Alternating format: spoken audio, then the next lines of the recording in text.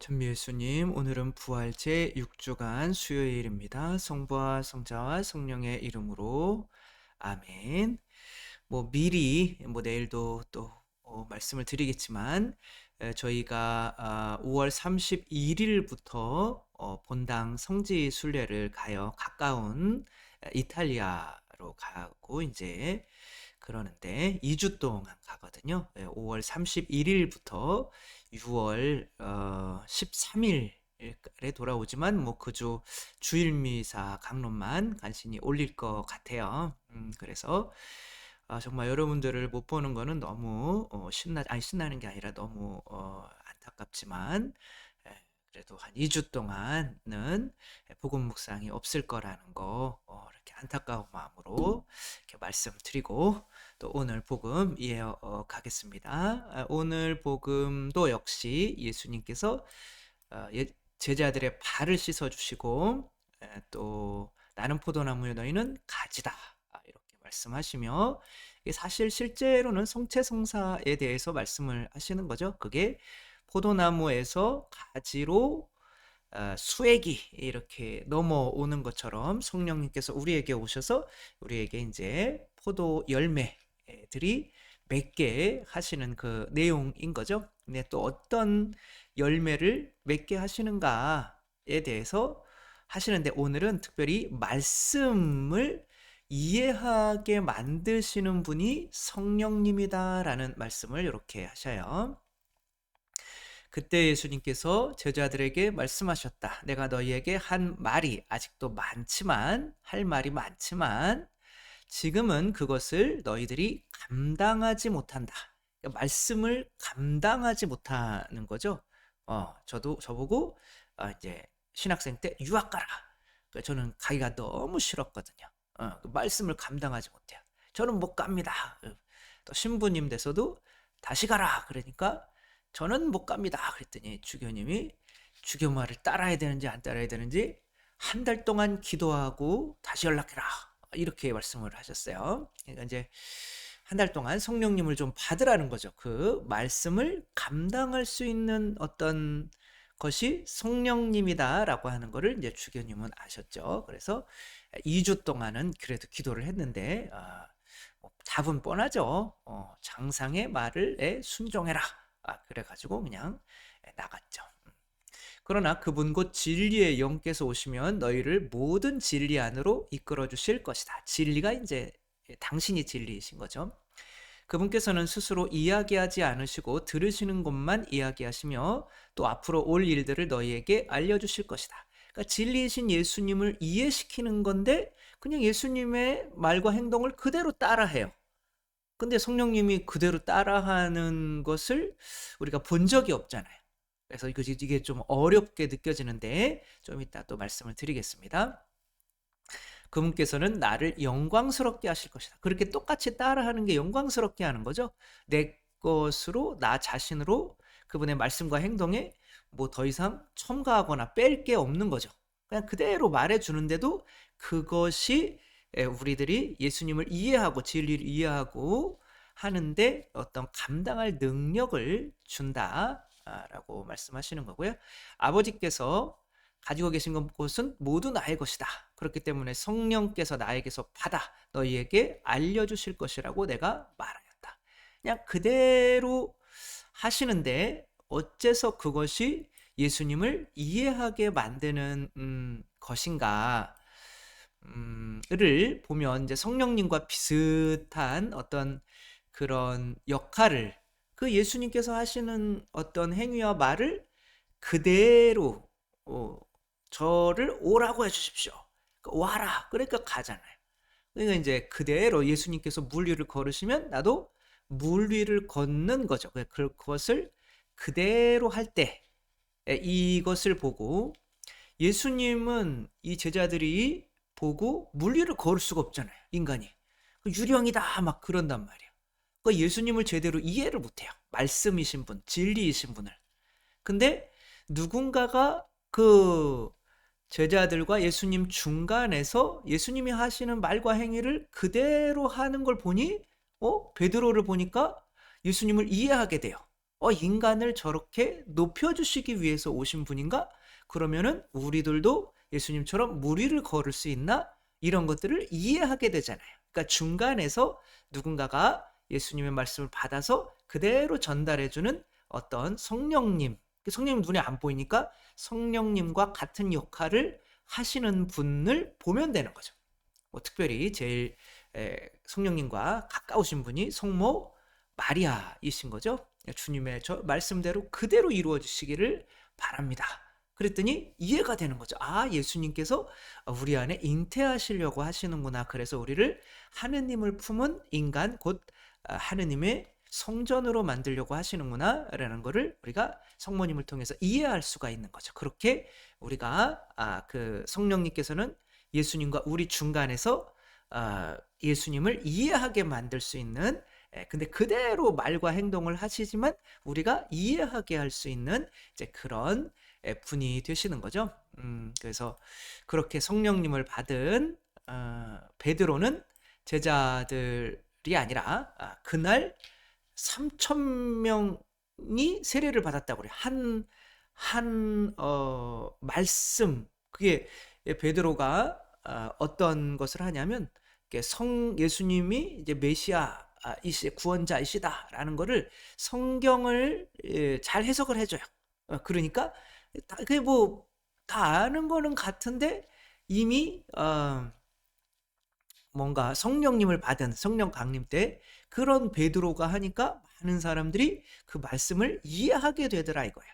그 전에는 많이 들어본 성경 말씀이지만 이해를 못했어요. 그러나 어떤 성령님의 역할을 하시는 이 베드로를 보면 베드로가 이제 이해를 한단 말이에요. 그러니까 성경 말씀은 그대로 뭔가 전해준다고 되는 것이 아니라 성령을 받은 사람만이 온전히 전해줄 수 있는 거죠. 욥기에 보면 그 욥이 이제 이렇게 자녀들도 다 잃고 좀 아픈, 몸도 아프고 이제 그런 상태에서 하느님을 이해할 수가 없다라고 이야기를 하고 있을 때 욥의 이 세 친구들이 와가지고 성경을 해석해줘요. 성경에 착한 일 한 사람이 벌 받는 얘기가 어디 있냐? 너 분명히 나쁜 짓을 했을 텐데 그것을 네가 고백하지 않으니까 이런 일들이 계속 일어나는 거다라고 이 세 명의 친구들이 이제 이야기를 한단 말이에요. 근데 성경에 그런 내용이 있는 게 맞아요. 그런데 욥은 잘못한 게 하나도 없어요. 하느님께. 그런데도 이들은 성경을 옳게 해석해 준다고 이야기를 하고 있어요. 그게 욥에게는 어떠한 도움도 되지 못해요. 신기하다. 나는 잘못한 게 없는데 네가 잘못한 게 없는데 왜 그런 벌을 받니? 성경에 그렇게 쓰여 있잖아 라고 말해 주는 거죠. 근데 이제 이들이 전해주는 이 말씀에 힘이 없고 이것이 하느님을 이해시키지 못하고 있는 이유는 이들이 성령을 아직은 받지 못했기 때문에 그런 거죠. 그러니까 성령을 받으면 어떤 일이 일어나는가? 바로 베드로처럼 어떤 그 성령을 주시는 예수님의 능력을 행할 수 있다고 믿는 존재가 돼요. 그러니까 여러분 성체를 영화하시고 나서 내가 성체가 이제 그렇게 되는 거죠. 성체가 이제 바로 예수님의 몸이잖아요. 근데 그 예수님의 몸을 모시고 이제 성령으로 예수님을 잉태하신 성모님처럼 하면 그 천사가 이야기해준 하느님께는 불가능한 일이 없다라는 게 내가 믿어지잖아요. 그러니까 그것을 믿지 못하는 사람들은 그 말씀을 성경을 딸딸딸 외워도 그것을 온전히 전달해 줄 수 있는 능력이 없는 거죠. 그러니까 죄송하지만 이제 개신교에서는 성체성사가 이제 없기 때문에 인간이 하느님처럼 하느님의 자녀가 되는 거지만 그 하느님이 내 안에 들어오신다는 그런 어떤 것이 그런 믿음을 주는 성사가 없기 때문에 그런 성령님을 충만히 받는 것이 없기 때문에 성경을 해석하더라도 인제 성령으로 해석하는 것이 아니라 각자의 자아에 인제 성령이 들어오시면 자아가 죽죠. 근데 자아의 어떤 그런 것들이 거기 섞이기 때문에 같은 성경을 해석하더라도 수십 개 수백 개의 다른 해석이 나오게 되고 그렇게 다른 종파들이 생겨나는 거죠. 그러니까 진리가 그렇게 여러 개일 수는 없는데 그것이 무슨 뭐 진리의 다양성이라고 이야기하지만 해석이 그렇게 다양하게 나올 수 있는 하느님은 한 분이시고 성령도 한 분이시고 그 해석도 하나여야 되는 거죠. 그래서 이제 가톨릭 교회는 어쨌거나 갈라지지는 않는데 개신교는 성경의 해석으로 갈라지게 되는 것이 우리가 하느님처럼 된다라고 하는 그 성사가 없기 때문이다라고 저는 말씀드리고 싶어요. 이 정탐하고 나온 가나안 땅을 정탐하고 나온 이제 12명이 각 지파에서 한 명씩 들어갔어요. 근데 이제 그게 지금 하느님 뜻이 무엇인지 하느님의 말씀이 무엇인지를 이제 알려주어야 되는 거거든요. 하느님이 여기를 점령하라고 하는 건지 말라고 하는 건지. 근데 10명은 거기에 거인들이 살고 우리는 거기 뭐 과일이나 이런 게 충분히 있지만 먹을 게 막 젖과 꿀이 흐르는 땅이지만 우리가 쳐들어갔다가는 작살난다. 이게 못한다라고 하는데 여호수아와 눈의 아들 여호수아와 여분네 아들 칼렙만이 우리 거기 쳐들어갈 수 있다. 우리 하느님이 계시니까. 이게 지금 같은 상황인데도 다르게 해석이 나오는 거죠. 뭐가 누구에게는 뭐가 없고 누구에게는 있어요? 이 여호수아와 칼렙에게는 성령님이 있고 우리 할 수 있다. 성령님이 있고 나머지에게는 성령님이 없는 거예요. 그러면 누구의 말을 더 따라서 그 해석을 따라야 될지는 이제 명확해지는 거죠. 믿음이 있는 사람의 그 말씀을 따라야 되는 거죠.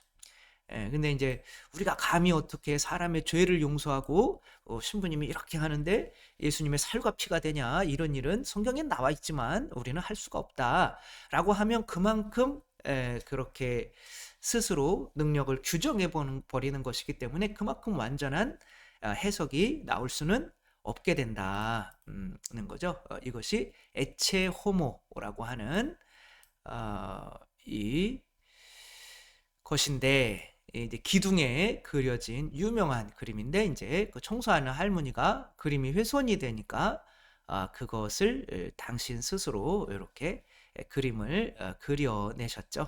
예수님을 원숭이로 만들어 버리신 그 할머니는 할 수 있다라고 하는 그런 생각은 가졌어요.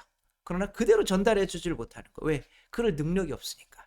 그러니까 성령님은 진짜 무리를 걸을 수 있는 능력을 주시는 분이고 그런 능력이 있다라고 믿는 사람만이 성령님을 받은 거고 그 성령님이 바로 예수님의 말씀을 이해할 수 있는 그런 감당할 수 있는 능력을 주셔서 그것을 올바로 전하게 할 수 있다. 우리들은 말씀의 온전한 전달자인지 그렇지 못한지 또 한번 생각해 봤으면 좋겠습니다.